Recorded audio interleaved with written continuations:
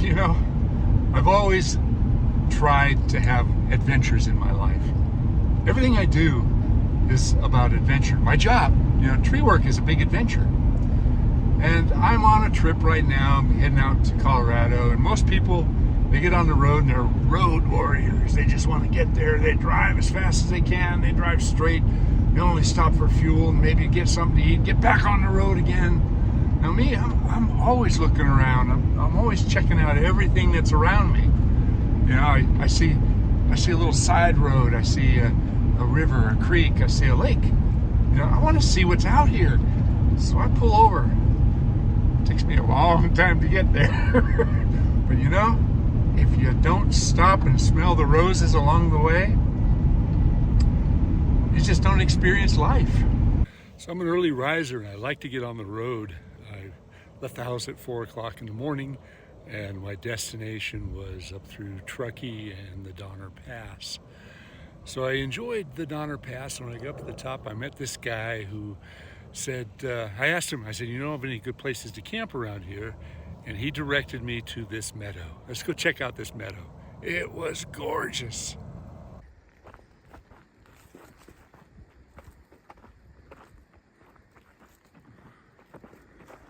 And I forgot to tell you, I'm on my way to Colorado to visit my daughter Shelby, who just recently had a baby. So if you want to see a picture of the baby, you have to wait to the very end, and I'll show you my cute little granddaughter. So my wife flew out there a week ago, and she helped with the delivery, and I'm driving out with all the presents. I've got my cradle that I made for her. But right now, my concern is to find a place to camp.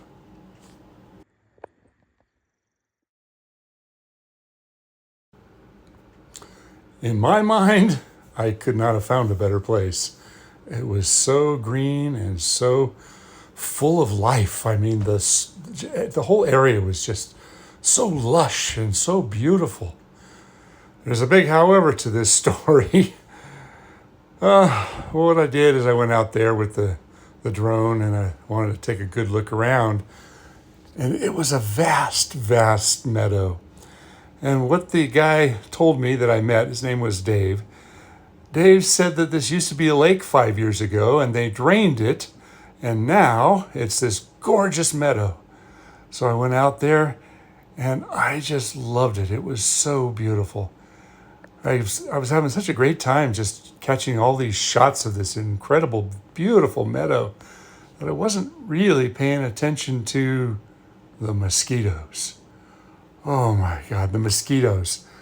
I looked down at one of my arms and it was covered with mosquitoes. So I wiped it off and there was blood running down my arm. I looked at my other arm, the same thing. I wiped it off, and I wiped off my neck.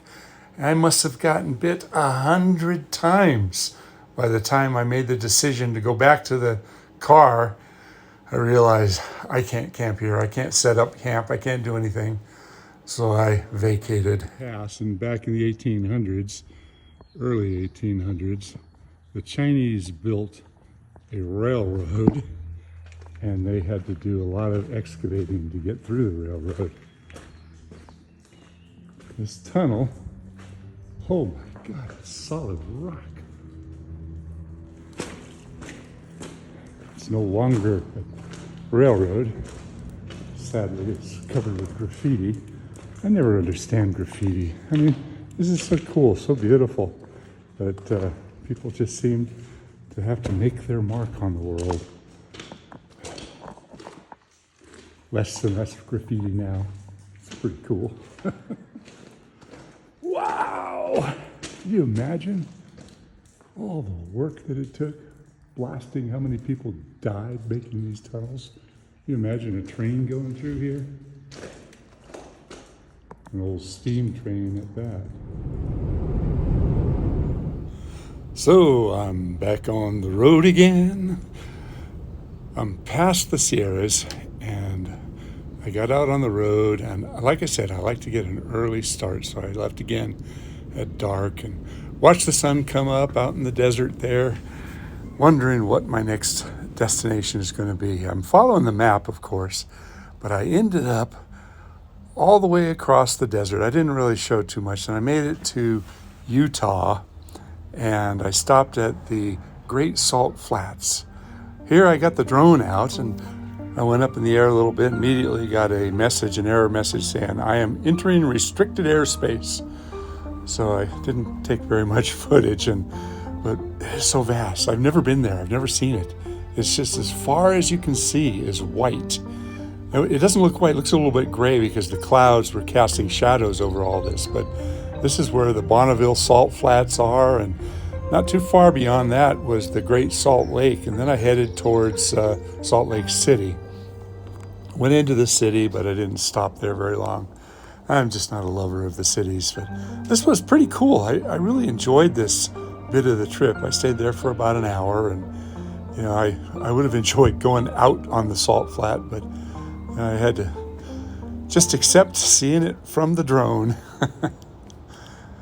Then I carried on further, and I realized that I was part of a trail system that is, they call it the California Trail. And I'm way, way out in the middle of the desert in Utah. And I stopped and I saw these locusts on the ground. They were huge, these massive big locusts. And it got me thinking about when all the locusts invaded Salt Lake City. A bit of history. And then I saw this. Carried on. Of course, I had to go up and see if I could find snakes and scorpions. But what I did find was a really beautiful view. It was as far as I could see. Once again, I couldn't see any trees. Nevada and Utah, for the most part, are pretty desolate. They call it the Badlands. But I did find this little peak up here that I hiked up to, and I went to the highest point on the rock, and I was looking down, and I saw the rest area where I pulled over, which was really beautiful. While at that rest spot, I spotted this. An ancient car wrecking yard with cars dating back to the 30s, just sitting there. I'd love to explore that area. Well, now I'm going into a little town called Lyman. It said food and gas. More than anything, I need to clean this windshield. I can barely see. Now, I love history, and following this pioneer trail along Highway 80, there's a lot of turnouts, and there's a lot of little spots, little museums and little areas that you can see some of the history of the area. And I can't help but appreciate my air-conditioned vehicle traveling along at 85 miles an hour, thinking about these pioneers. And look at that. I spotted that across the river, a female moose. There was a lot of animals and a lot of wildlife up here. I spotted some elk. Look at the size of those racks of antlers. Those are just amazing animals. I'm not a hunter, and I tell you, I could not imagine killing something so beautiful. One of God's creatures, and I think, even that brings back some history lessons. Oh my gosh, thinking about all the bison that were slaughtered when the railroad came through, and it became a game to all the travelers to shoot them from the railroad cars. Mountains and mountains and mountains of bones. Well, here I am in my own little Calistoga wagon of sorts. It's a rooftop tent that I've got on my SUV, and I'm traveling the same trail that the early settlers and explorers came back in 1849. And I've been stopping along the way and taking a look at all the different landmarks and different areas that have been sort of preserved, but I can't help but imagine what it must have been like for all these people that came out to California in 1849.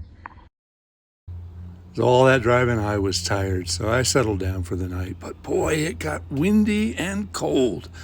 Woke up to the sun, decided I got to put everything away.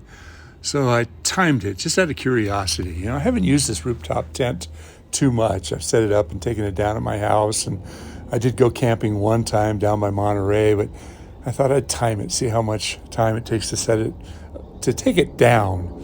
And it ended up taking me about 20 minutes to take it down because I had all kinds of stuff. But I kept making all these little mistakes. Things were getting hung up, and I'd have to reset the ladder again and tuck things in and put everything away. But all in all, it went pretty well. Yep, I'm going to sell it.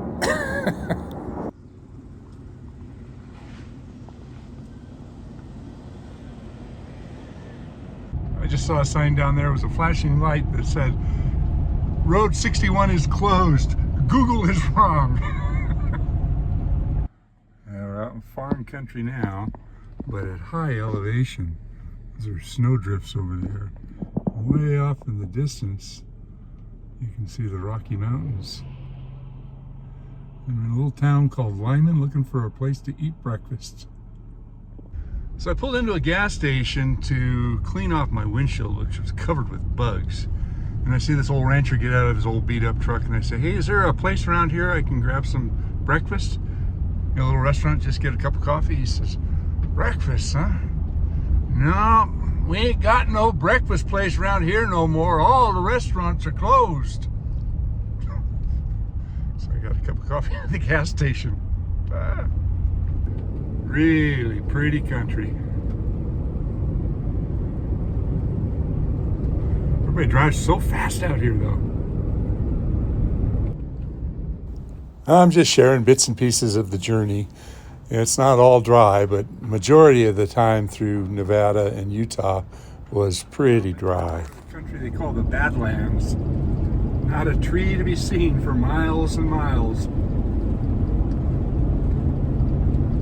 I'm sure there's not a lot of water out there either. Whew.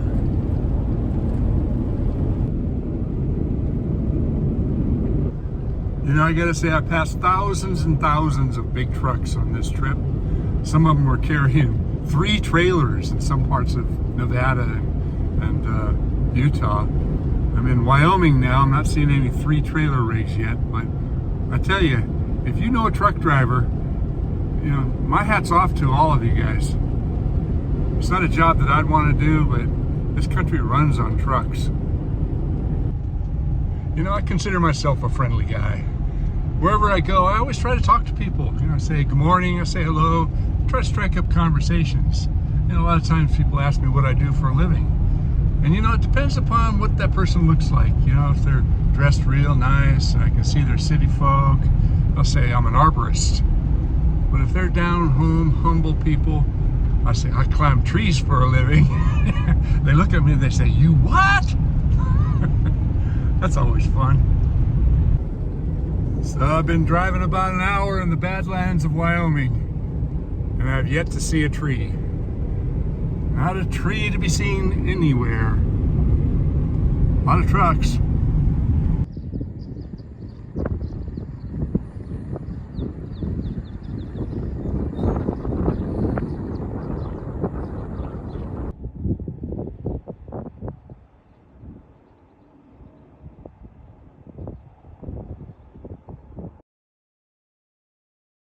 All right, finally some trees. I'm in Green River, out in the middle of the Badlands, and there is water nearby, so they have trees growing in this little town.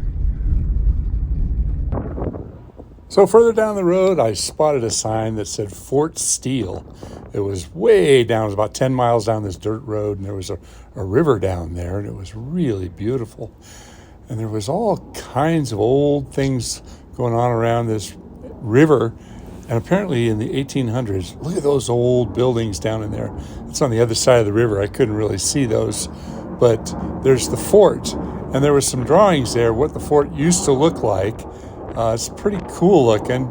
And there was some stories. I imagined the early soldiers and how they got into a battle. And then I looked up at the hillside up there, and the story goes the Ute Indians were firing down upon all the soldiers in this camp. And some of the artifacts there, look at that old stove that was used to feed all these military soldiers. It was quite a history in this little story. And apparently there was a bunch of Chinese, there was about 500 Chinese, and there was an uprising, and the military had to be brought in to settle things down. But it's... like I said, I love history. I love going to an area and try to imagine what it was like. This was about 175 years ago. But wow, there's the outhouse. It's got to be the outhouse. Could you imagine excavating and what might be down there? It's never been disturbed. this whole area has not been disturbed, and they have a sign that says, "Do not take any artifacts." And the ground was littered with ancient glass. And I was looking very, very closely to see what I could see. And it was all, look at that, piece of old pottery. There was some of it was colored. I didn't take it, but boy, it sure was interesting to think about all the history, old nails, all kinds of stuff. It was kind of cool. This guy was the first guy to ride his motorcycle across the United States in 1903. Wow. Well, then on again to the rest of the trip. This is the very outskirts of Wyoming, and it was really pleasant to see trees again. But there was a lot of dieback in some of these forests. A lot of the trees are in rough shape, as is California and Oregon, almost everywhere.